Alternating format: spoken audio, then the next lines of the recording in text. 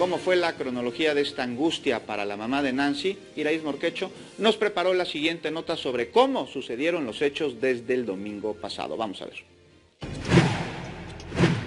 Este domingo 14 de abril, María Magdalena asistió al Hospital General de México para ver a su hermana que se encontraba grave. Iba acompañada de sus sobrinos de 6 y 15 años, así como de su hija Nancy de 8 meses, a quienes no les permitieron el acceso, por lo que decidió entrar sola, dejando a cargo a su sobrino mayor.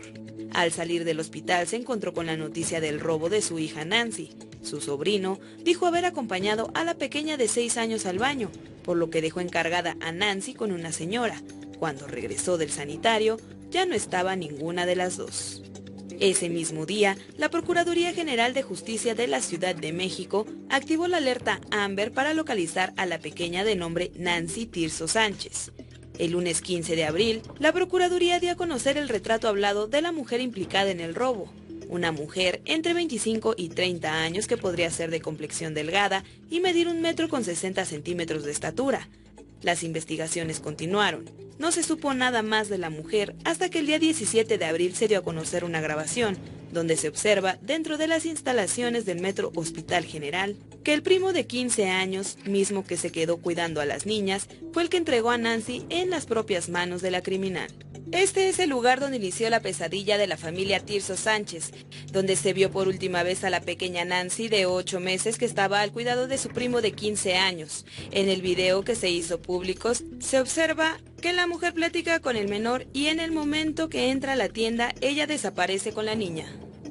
Sin embargo, María Magdalena señaló que el primo de Nancy ha dado diferentes declaraciones y gracias al video difundido lo llevó a ampliar su declaración donde indica haberla alcanzado después de salir de la tienda. Cuando se viene para acá en el CB, sí todavía la alcancé y se regresa y se va por a donde estaban las cobijas y el cartón, donde estaba mi otra hermana y de ahí tarda aproximadamente 15 minutos que me dice mi hermana que quiere ir al baño. Y yo le digo que sí, que voy a encargar a mi prima.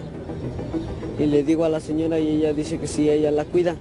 Gracias a la difusión, investigación de autoridades y a las personas de una red vecinal de seguridad por cuadra, el jueves 18 de abril la menor fue encontrada en la colonia Ciudad Lago, en el municipio de Nezahualcóyotl, donde se detuvieron a 2 personas.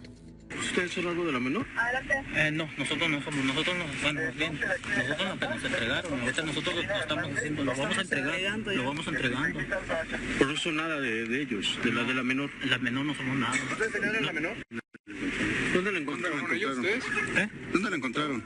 Una amiga nos vendió como adoptado. Ah, ¿ustedes se la vendieron a una amiga? Pues, hasta hoy nos enteramos de en YouTube que lo andan buscando al bebé. Que lo andan buscando. Sí, por eso mejor voluntario nosotros lo estamos entregando. La pareja asegurada, quienes responden a los nombres de Estela Merino y Antonio Hernández, ambos de 36 años, fueron trasladados a la Agencia 59 del Ministerio Público, misma donde se inició la denuncia por robo de infante.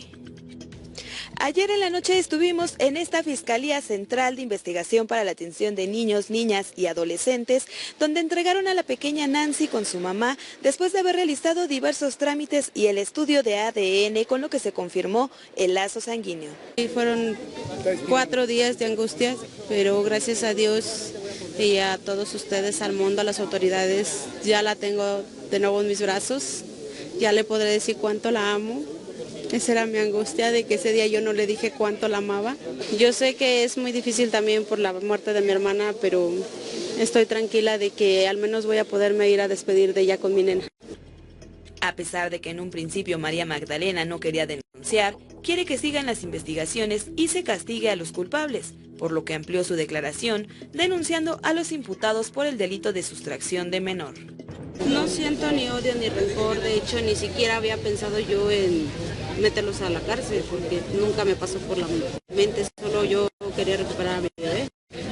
Pero también se me hace injusto que queden libres para volver a hacer lo que hicieron con mi nena. En la Agencia 59 del Ministerio Público se trabajó durante la noche en diligencias, lo que da continuación a la investigación. Se entrevistó al denunciante, que era la persona quien les rentaba a los imputados.